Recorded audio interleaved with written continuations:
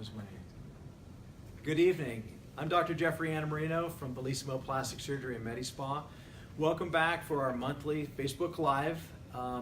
If you're first time turning in and participating, welcome. If you've been participating for a while, then welcome back, and we're happy to have you back. So each month we try to pick something that is educational, and in the past we've tried to pick the latest trends, surgeries that are tried and true, and talk about them, try to educate people. Last time we've had a dermatologist here talking about sunscreen and sun cancers. This month we're going to try something just maybe a little bit different. I think it's going to be really fun to talk about and exciting. We're going to talk about something that has shaped the way that we look at each other, look at ourselves. It influences how we buy, how we live. Nothing in my lifetime has had the phenomenon that social media has had in all of our lifestyles. So tonight we're going to talk about social media, how it influences us, and the impact that it has on plastic surgery. So where I am in my life, I'm sort of at that tail end of social media, so the wave is behind me. So I'm not the perfect person to talk about it, so we brought in a younger crowd. So we brought in Beth, and Beth, if you turned in last month, she was our model last month, so we brought her back as an educational thing tonight. So she's going to talk about, as a millennial in the thick of it, who really understands this social media, where's it going, and from her standpoint, we're talking about the positive effects of it, some negative effects of it, and from my standpoint, has it really changed my practice? Is it changing the career or the subspecialty of plastic surgery and cosmetic surgery? So we're going to get into that tonight. So please, if you have any questions, please type them in. We'll be happy to answer any questions that you have. So let's kick it off, and welcome Beth, and let's get going. So to begin with, I also want to mention that Beth is part of our social media team that we have from Spark. So you may hear some other voices chiming in. They are Spark members we all take part in this, putting this together. And everybody thought I was the author and the mastermind behind our social media. So let's talk about, a lot of people don't even really know, you hear kids are on it all the time. What is Snapchat? Mm-hmm. So Snapchat is a social media platform that produces ephemeral content, so it disappears within 24 hours. So on the platform itself, you can either send Snapchat images to your friends that you have on there. You could send it to groups of friends in groups, or you can post it to your story so all of your friends can view it. But yeah. So as an older crowd and somebody who has children in the teenage years, when you say it goes away, does it really go away? Is it recoverable? And I think that's what I think people really need to know. I mean, I've heard, and I believe it, that it can always be recovered. And so what you put out there, we always tell our kids, you have to be careful what you put out there, because it doesn't just go away. Yeah. So the platform itself is around 7 or 8 years old. Originally, you had no ability. You could save it to your camera roll, but now you can save within the app, so you can repost it, and you keep the data from that day as well, so you can keep location information about where the snap was taken, time information about where the snap was taken, and if you post it on your story, other people have the ability to screenshot it as well. Okay. So it's out there. Yes. Permanently. What is the average age of users on Snapchat? Mm-hmm. So the majority of Snapchat users are between the age of 18 and 34, with 78% of those users being between the age of 18 and 24. So, and 71% of those users use it multiple times a day. But most of the users of Snapchat are female. Okay. So where's the male counterpart? I mean, are they on that? Or are they on a different medium? Is it? You still see males using Snapchat, but they will tend to gravitate towards other platforms as well. But so it is a majority female on the platform. Okay. I know, being at an aesthetic meeting recently, they talked a lot about different forms of social media that physicians or providers are on. And I know Snapchat, some of the surgeons will take pictures while they're operating and then it goes away. Like there's some of them that have a big following using that method. Mm-hmm. What exactly are Snapchat filters? So there's two different kinds of filters. So there's a filter and then there's a lens. So a filter will place kind of like an image or like a location geotag over your image, or a lens will actually kind of augment your face. So those are the two kind of options you have with Snapchat. But a filter can change the shape, change the tone or texture appearance of your face as well. And change some coloring sometimes, like with your eyes, it can change your eye color, or give you blush. So there's different effects with each filter. All right, so I've seen a lot of it, to me it was sort of kind of a fun thing to play around with. My kids are kind of, take a picture and they'll distort it and do different things. And so, as we were talking about earlier, back, it was almost like when you'd sit down and have somebody do a caricature of yourself, and so now you can do it manually and not having an artist rendition of it. And so it seems to me, when I first kind of was learning about it, it was more fun things you did with your friends, sharing different things. This is what I look like with a fun mirror or something like that. But it seems like now it's kind of branched off from there and it's becoming more serious as well. So you kind of have two segments of it. So at first it started off with being able to put like dog ears on your face and change into different animals like that. There was a bumblebee filter at one point. And then within probably like the last like 2 or 3 years, it's changed into really a beautification option where you see augmentation to your face in ways that are kind of following trends that you see on other social media platforms and from celebrities as well. So it's not so much the fun caricatures it used to be. Right, and I think that's the part of it that can be very misleading and misguiding to some people. So it's one thing to say, there was an app when we first had the phones out, the smartphones. It was see how you would look in 20 years. It was sort of a computer image of what you look like, and it was kind of fun to do. But you have to remember that there's no indication that's anything that would be. And so even with these filters, and we're going to talk about it tonight, is with these filters you have to be very careful because that's just a computer image. There's no data in that computer that can predict that can actually be done, or how you're going to look, or how you look in 10 years, or how you would heal from a procedure to try to make you look like that. So it's very different. When you're talking about this, and we bring up Snapchat dysmorphia, what exactly is body dysmorphia in association with Snapchat dysmorphia? Well, the body dysmorphic disorder is something that it's been around for obviously a long time, but it's becoming more and more known because it's predicted it's about 2% of the population, and many people believe it's even more than that. So basically, it's an over obsessed view of a perceived flaw that a person has. So, and these patients are really on the wavelength of, it's a mental disorder, and it's on the wavelength of obsessive compulsive. So it generally hits young adults and teenagers. So as we're seeing it now, these teenagers being influenced by a lot of different media, and it can impact them so that this dysmorphia kind of rears its ugly head. So these patients see either a minor flaw or a perceived flaw that overtakes their attention, and so they really become obsessed with it, and to the point where it really changes their lifestyle, where they're always looking in the mirror. They're looking for their friends to sort of give them that backing that they're okay, but they really think that one flaw is overtaking and making them look ugly, or making them look fat, or that it's changing their life. So it becomes overwhelming to them. And so we're seeing that this Snapchat and these filters and these social medias may impact that and bring out some of this with these features in patients. Well, I think an interesting point about that is there's about 3 billion Snapchats sent every single day, and 1/6 of those are sent with a filter or a lens over the face, changing the way the face looks. So I mean, that doesn't take into account that people are just sending snaps of where they are and their surroundings.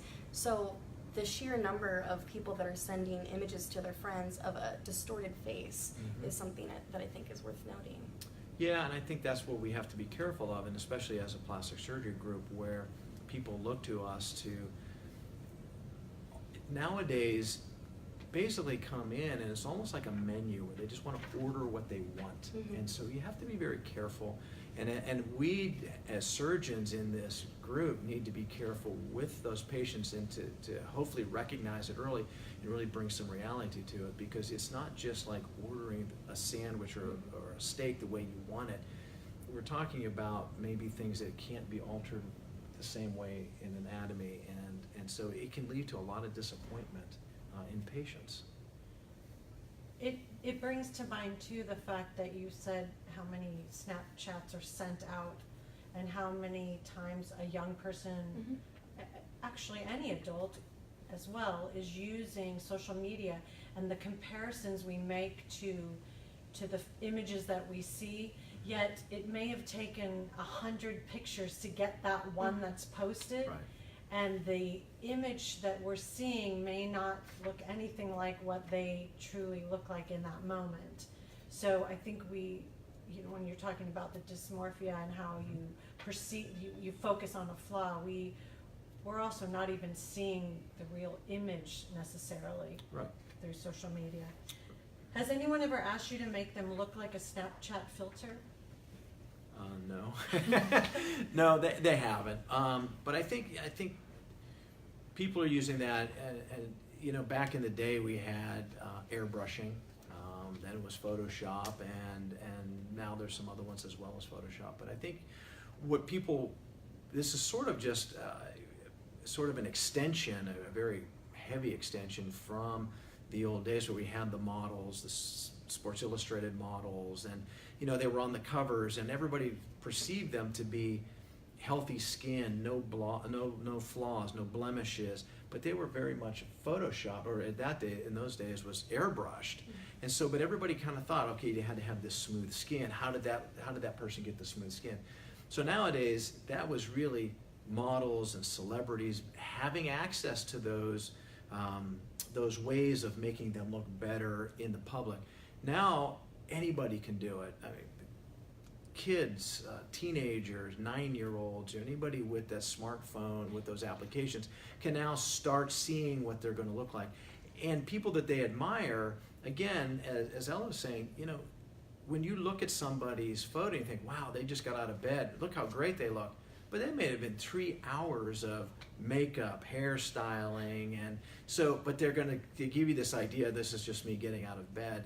There's no reality to that, and you have to be careful. So I think the reality TV shows are helping, because there's really the non-real reality shows, because they are staged, and these photos are staged as well.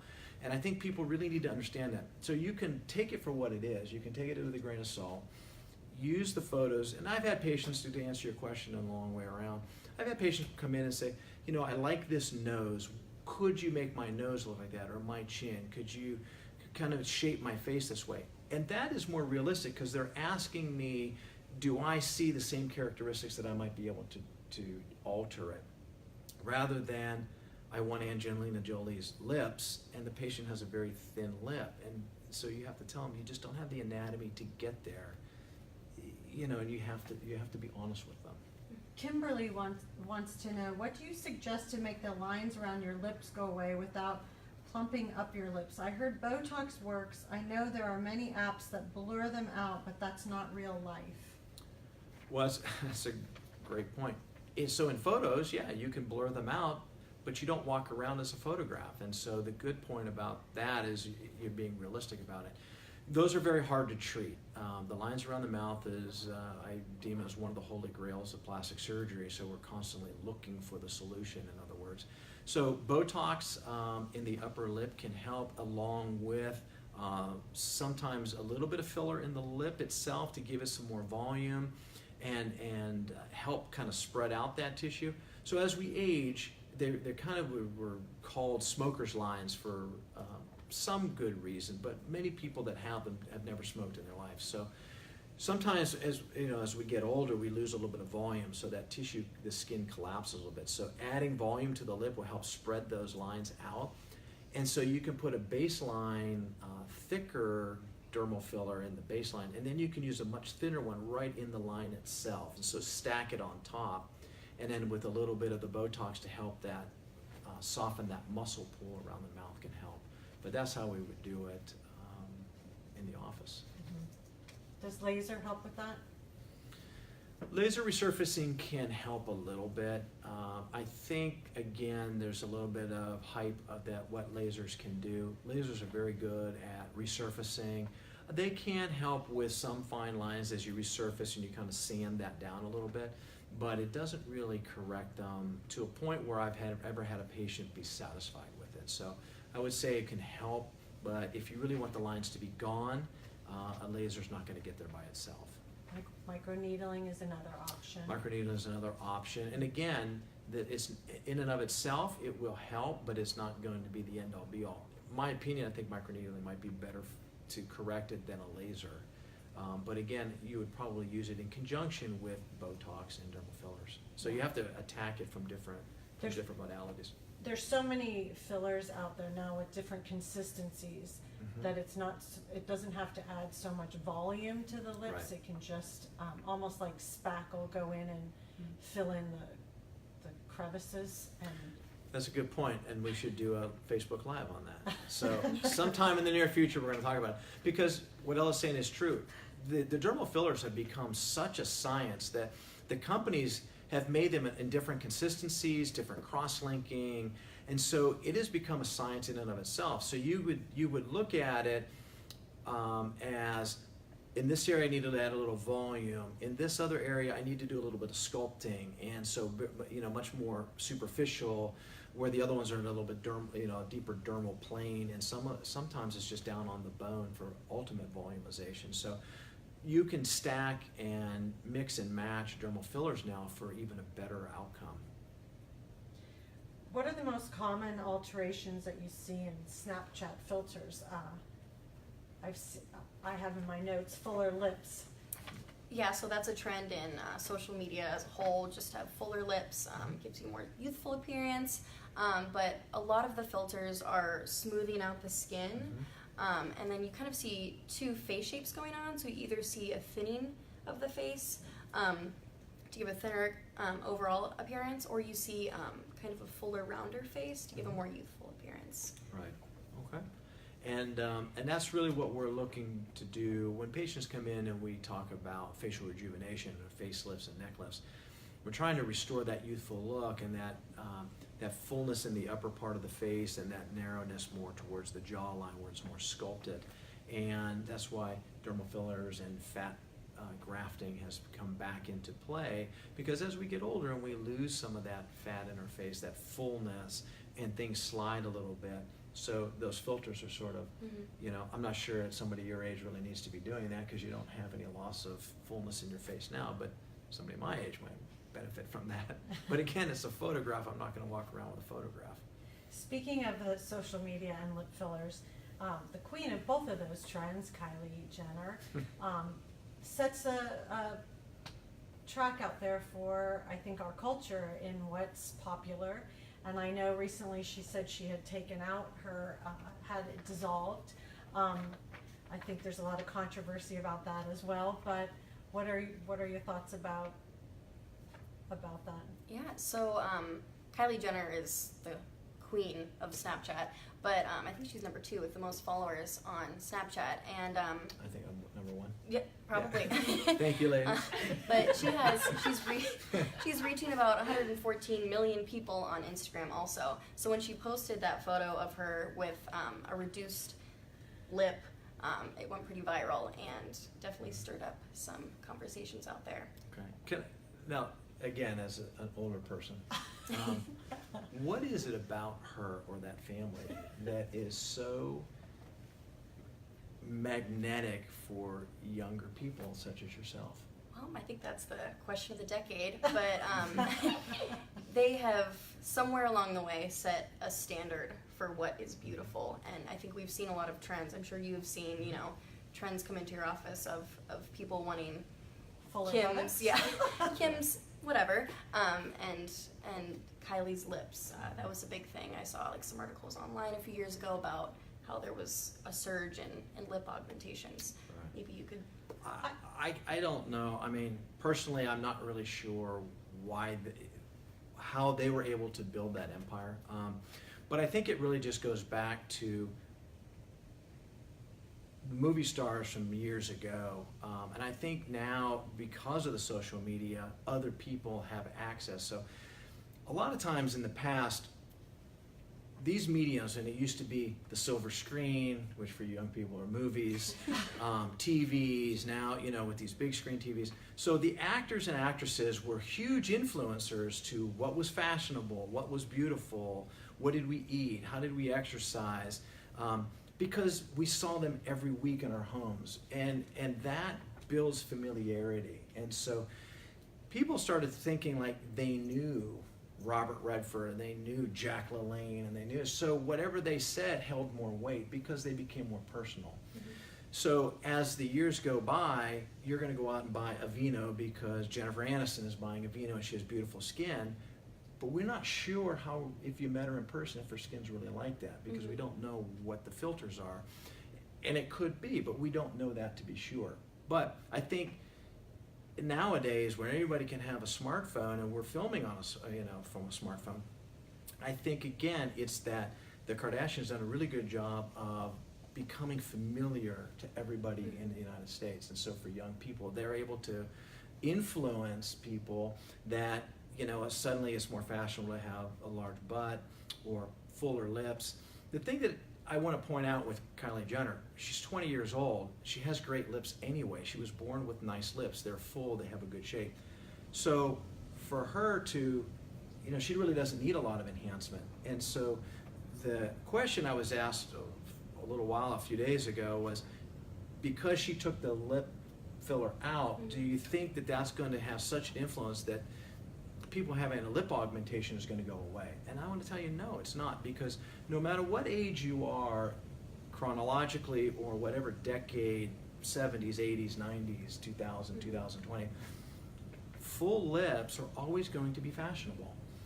And so there's fashion, and then there are fads or trends. And so we've seen lips that are naturally full, and we've seen lips that are overdone. And that was a trend where young people really wanted that full, almost duck look.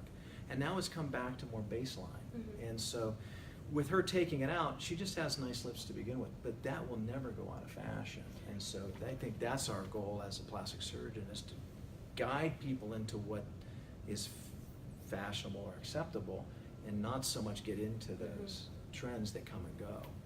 I think in response to what you were saying about, I think it's always been around that women want fuller lips. I think it's been not as mainstream media as it is now. Kylie Jenner brought it out and everybody talked about it. Younger generation talked about it. I think older women that have lost volume have always looked at that. And I think this is her talking about, well, their family talks about a lot and brings a lot to the forefront of conversations. And I think that's where they set trends, because they're out talking about them. You've talked before about the perception of beauty through the ages, and looking at Sports Illustrated models, you see what used to be thought of as beautiful, and each every so many years decade. it changes of what we perceive as attractive and what our culture looks at and thinks that's how you define beauty. So yeah, and we've given a talk on that a number of years ago, and if you think about just fashion in the 50s, you had the pinup girls, and they were fuller figured, more voluptuous women, and then you drastically changed as you went through the 60s, and we were talking about Twiggy being the model, which really had no body shape, really, but very narrow, very lean. And then you got into the 70s, where breasts became overly exposed, overly enlarged, and almost grossly enlarged. And then in the 80s, things started to swing back to the girl next door, that much more natural look, and into the 90s like that. And now we're starting to see in these 2000s certain areas that are being, again, grossly enhanced to a point where, you know, it's almost altering fashion now. And fashion used to more alter what we bought or what we look like, but now, you know, it's harder for women to buy pants, you know, with these large bottoms, if you will, and smaller waists. But that is setting the tone for fashion as well. But that will settle down, and you will, you will see that come back to midline. Well, that will just phase out and become more people enhancing their buttocks to a more natural shape and filling in deficits for a better shape, not just grossly volume. And we've seen it in breast surgery. And so now I rarely have a woman coming in that wants to be grossly enlarged and, you know, that really just wants a balanced look. She just wants to look fuller, a balanced look, and I think that's the way people are coming back to, which is a better trend. Well, that's something that I've noticed, you know, working with the Bellissimo staff is that you truly believe in giving your patients a look that is forever fashionable and really fits Right. their proportions. And Right. isn't And going to go out of style. And I agree. I mean, I just think that we have to be careful as plastic surgeons and anybody doing cosmetic surgery to weigh through what, you know, with patients, you know, you have to think about them today and project them 5 years, 10 years, 20 years down the line. I mean, if you're doing something today because they want it, but in 20 or 30 years or 5 or 10 years, it's not going to help them, or they may have problems because of it. How will we help them? How will we help them as a specialty that's supposed to be, in my opinion, helping people with their self-esteem, changing little things, enhancing things to make people feel better about themselves. And then now you've caused a problem where I'm seeing patients coming in, you know, 5 years, 10 years down the line with these overly large implants and the breast tissue stretched down and thinned. Patients now coming back in that realize, why did I make my bottom so big, and now how do I downsize that? How do I get that down to where it's just normal again? So these are the things that we have to, as a society, a plastic surgery society, teach our patients and educate them that yes, there are trends, but you really want to ride the mainstream so that, you know, you can help people and not just do everything they want. Mhm. So. Do you talk to your patients too about when they look at images? I know you and I have discussed this about before and after pictures, and when you look at an image, that the lighting plays a role, their facial positioning. Like we talked about, it might take 100 pictures to get that perfect picture. But I know in the plastic surgery business, you see a lot of before and afters posted, and you know, you can play on those parts as well. Exactly right. And so, and it doesn't need, you don't need a special filter. So I can tell you, as a board certified plastic surgeon, the American Society of Plastic Surgery and the American Society of Aesthetic Plastic Surgery are adamant that their surgeons, the board certified surgeons, are not allowed to alter any photo they put out, even the smallest thing that happens to do with lighting or tinting. We're not allowed to alter them at all, because we don't want to send that false image out to patients. And so back in the day, and you can see it on late night commercials. So this is what I want you to do. So here's a classic: is they'll show you before and an after, and there's lots of infomercials out, especially on the weekends and at night, selling different things, erasing wrinkles, doing all this stuff, tightening necks, and doing all these things. Look at the befores and then look at the afters, and this is what I want you to look for. What's the lighting? Because the classic thing was they would have a lady who was stripped down of her makeup, hair was usually down, the lighting was a little off, so it was a little bit darker. She's looking slightly down and looking almost sallow. And that was the before. And then they take the after. She's got makeup on, her hair is done, she's looking up, the light's in her eyes, you know, and suddenly it's like this light from above, and she suddenly looks wonderful. Mm-hmm. And those pictures could have been taken 30 minutes apart, depending upon how long it took her to do her hair and her makeup. It could have been the same person, same setting, different lighting, different positioning, so different makeup. So you can actually do this. And actors have been doing it for years. They've had stylists and makeup artists, and that all gets taken care of. And the lighting, I can tell you, I've been on different sets in Hollywood. The lighting is crazy. They'll spend 15 minutes getting the lighting ready for a 10-second scene, so it makes everybody be in the right light, or the effect that they want on their face, and it works great. So you don't need a lot of fancy stuff. You just do it with handheld light and some makeup. Mary wants to know, do you think men are as extreme as women in wanting the fads? I've not seen it as much. Yeah, there are, I mean, listen, men want to look their best as well, and so we're not going to put this all on women that, women are chasing things. Men want to look good, and more men are working out now, running, taking care of themselves. I'm seeing a lot more men coming in for facial rejuvenation. In fact, I'm probably doing more facelifts on men and eyelid surgery on men than I am doing liposuction on men, which was a bigger trend years ago. So again, just to get that more natural, younger, youthful look and I'm not even gonna say it's a fad. It's a trend that most men are saying it's okay. But I don't have men chasing it as much. I don't think they're as influenced by somebody like the Kardashians as women are. Men, for the most part, I don't think I've not seen anybody come in and say, I want Tom Brady's nose or something like that. It's just not happening. Do you want to talk about the filters? Sure, yeah. While you're getting those out, I just want to say, Mindy says there are no false expectations with Dr. A. Can't say that about others before him. You made me feel like a new woman after a double mastectomy. Never felt more like a woman. Mindy, thank you very much. So I did take a few Snapchat filtered photos earlier today, so that's what I have. And this is me. But so this is one of them, and if you could just talk about maybe how realistic it would be to get the look of some of these filters. Yeah.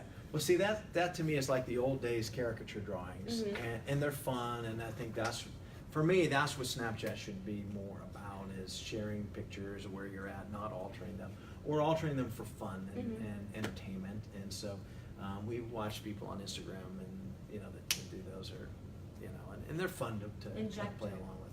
But yeah, obviously, if somebody comes in like that, there's nothing we're doing for that. I'm not the right doctor for that. Yeah, we need an orthodontist or something. So this is one of the filters that kind of thins out the face. Right. And it's one of the pretty filters that we've seen a increase in the past year or two. Right. And so most of the time, if somebody came in and asked me and said, okay, if I'm looking at you, and they said, okay, this is sort of what I want to achieve. See, what I see mostly with that is mostly your skin is smoother. But again, you have different lighting, so you have different shadowing, so that filter makes that skin look ultra smooth. So yes, there are things that we can do to help texturing of skin, and that can be more realistic. But I would warn them and say, look, this might be what our goal is, but we may or may not be able to get all the way there. So when patients come in to see me, I make them go through the sort of the homework of telling me what they don't like about what they're seeing. So one of the classic one is in the face, where somebody will come in and say, I don't like the way I look old, I look tired, what can you do for me? And I don't play that. I say, look, you have to tell me what you don't like. I can do a lot of things, but you and I have to be on the same page. So in this case, I would say this is really not a surgical thing. This is more skincare and sunscreen and taking care of yourself. That's something I would have the esthetician, I think, address, the skincare. And Right, that's what I I'm saying, find it's a not lot surgical. of women don't realize how much skincare affects how they look older. Sometimes the texture of their skin, any sunspots, things that just make you look older. And when that's cleaned up, you'd be surprised at how much more fresh they look. Yeah, there's no doubt. And I can tell you personal examples. It was a couple of years ago, I had, in a very short period of time, I had two young ladies, and I mean young, they were in their early, mid to late 30s, came to see me about wanting a facelift. And it's not that common that somebody in their 30s, unless they have had a lot of weight loss, 150, 200 pounds, yes, then you can see some aging. But at that age, most men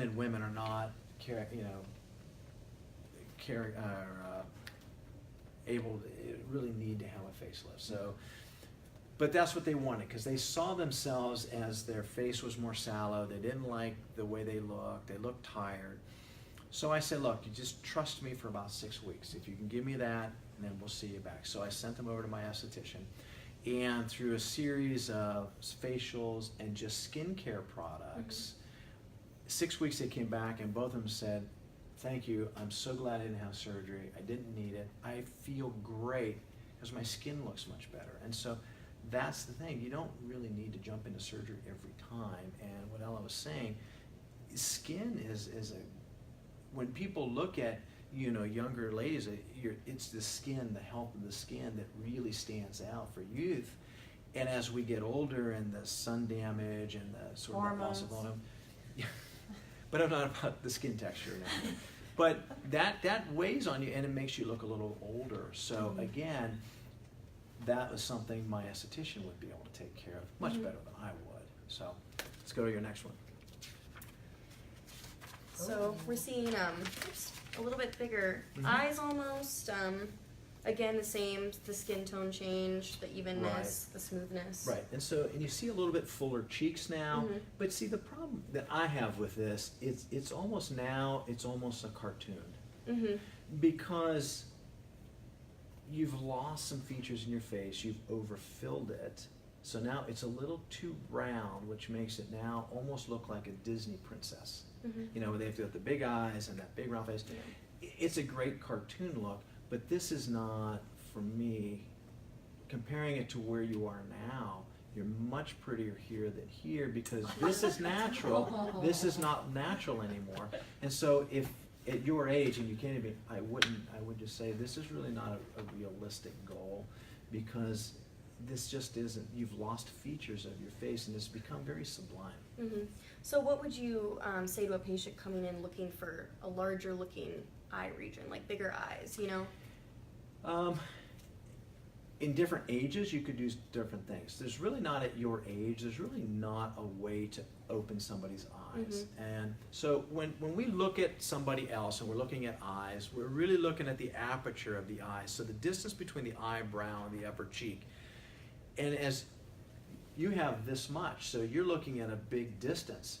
As we get older and the brows come down a little bit, and then we get that extra skin on the upper eyelid, and we get some fat bulging on the lower eyelid, and we get that crepey skin, that aperture narrows, so the eyes actually look smaller. Obviously they're not, but they look smaller. So somebody in that age group doing maybe a brow lift or eyelid surgery, and taking away that extra skin and smoothing out so that junction here is much smoother, so that aperture looks bigger. The eyes naturally look bigger because the aperture is bigger. But for somebody like you, if you came in and said, I need to have my eyes look bigger, I don't know of anything that would do that for you other than distorting your picture, because there really isn't anything to do. Here's another. So this is kind of what we were seeing early on in the filter phases, where, you know, you're turning into an animal a little bit. I think I'm a bunny here, maybe a squirrel. Yeah, I'm not sure. Yeah. But maybe focusing more on the face shape and skin texture. But again, this is sort of what I think Snapchat should be about. It's kind of funny. It's entertaining. This makes your face look a little bit shorter than the other ones. You've gotten, you know, you regain that sort of that curve here, so that looks a lot better. Again, what I'm seeing mostly in this photo is the texture of the skin, so smoothing that out is something that is feasible. But everything else, obviously I can't put those ears on, but you know, what do they call those people, the furries? Oh. You know, maybe it's great. That's a great filter for that. They would love it. So this is the last one, and again with the caricature features, yeah.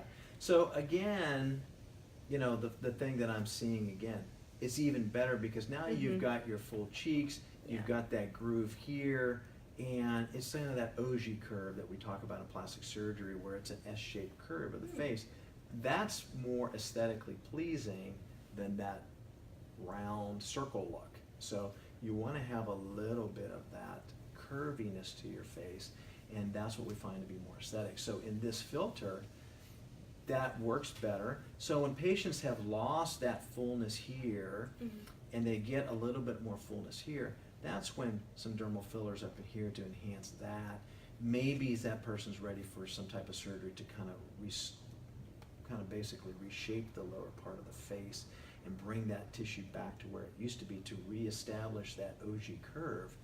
Then that would be something that would be surgical and with some dermal fillers or fat grafting. Well, as someone in the social media field, I've created a lens like this before in the Snapchat Studio, it's called, and it puts little pins all around the face where you're able to kind of move the face and see how it would affect. You have like a fake person there that you can see how it would affect, but you don't really think about how it's gonna look on everyone and how realistic it is for someone to actually think that they look that way. But right, and so there's limitations to what we can do, and we can alter somebody's anatomy, but altering it to change it to another anatomy, yes, there's ways that we can do that, but is it in an aesthetic standpoint, is it really what we want to do as a society of plastic surgeons? We do a lot of facial reconstruction, and for children that have cleft lips and palates, jaw problems, cranial problems that we can move, these syndromes that these young kids have, and we've seen movies about them, and but you can move things around, so you can do that as a plastic surgeon, and it's very fulfilling. But you're changing something that is grossly abnormal from the beginning, from what we perceive as normal. But when you're in that realm of normal, you can swing a little bit, but I think you really just try to stay to the midline.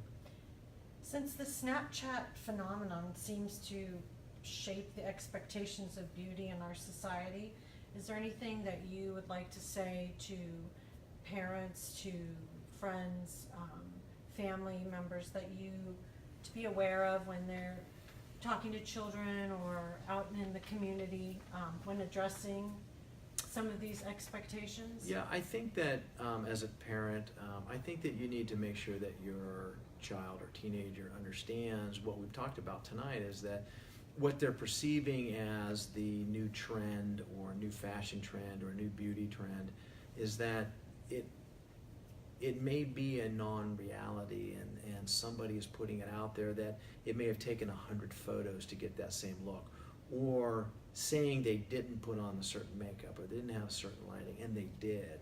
So I think you just need to be careful with that. As a plastic surgeon, people that come in to see me use the vain word a lot. I feel like I'm being vain, and I really don't like to use that word, because we all want to look our best, men and women, and we get up in the morning, we shower, we do our hair, we put on makeup if we, and we style our hair a certain way that we think looks best for us. But you always want to put your best foot forward. So plastic surgery has a role in that, and it has a very vital role, and it can be a very positive influence on somebody's self-image. But I think in light of that, we have to really protect that as plastic surgeons and have it for the right reasons. And when I was in training at USC, the motto was, just because you can do something doesn't mean you do it. And it's called surgical judgment. So just because you can put a lot of fat in somebody's face or change the way that they look, it may not be in that person's best interest. And so I think you have to have that at heart. And so I think plastic surgery, obviously I support it. I am a plastic surgeon. I love the fact that in plastic surgery you can influence in a positive way somebody's self-image, somebody's self-esteem, and that's been my experience. But I think that you can also do some harm and not act in the patient's best interest. And I think at the end of the day, you have to remember that we are physicians, and we have to put the patient's best interest at heart. And sometimes what we need to do is tell a patient in the nicest way possible, no, I don't think that's a good thing for you. I understand what you want to achieve, but because of these reasons, I don't think that we should go down that path. And I tell patients, honestly, you can find somebody to do it for you, but I really advise you not to. And at that point, we part as friends. And I think that's my biggest thing. And I try to stay adhered to that, but we really need to protect, especially the teenagers and the young adults that are coming in, that are being bombarded with these filters that may have given them a distorted view of what they think is fashionable or reasonable. They're looking at the here and now, but as a surgeon, especially when you've had a number of years of experience under your belt, you know what the future looks like. You know what you do today and what they're going to look like tomorrow, because you're already seeing what our forefathers have done in surgery. I'm looking at guys that did surgery 25 years ago, and I'm looking at the things that now these people are coming back in 25 years older, and these are the issues. We don't want to repeat the past.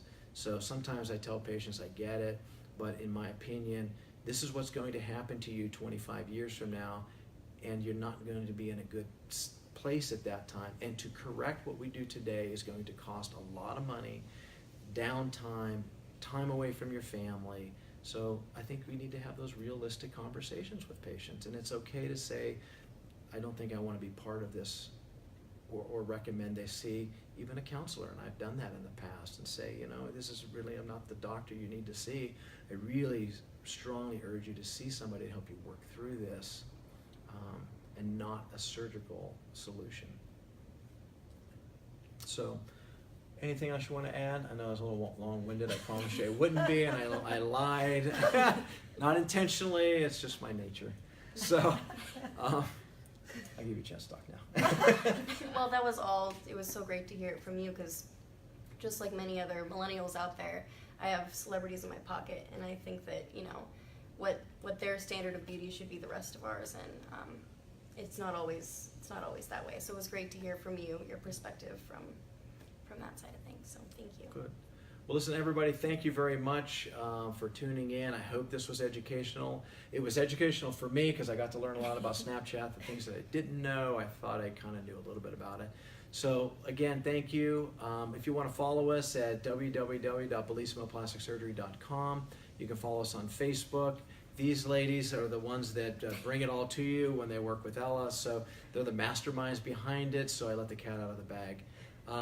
Next month, we'll be talking about another subject, which I haven't been told about yet. We haven't discussed. So again, thank you very much for tuning in. And these lovely ladies are from Spark. Yes, the Spark, the web designers, they are excellent. So everything that you see is brought about by their hard work. Thank you.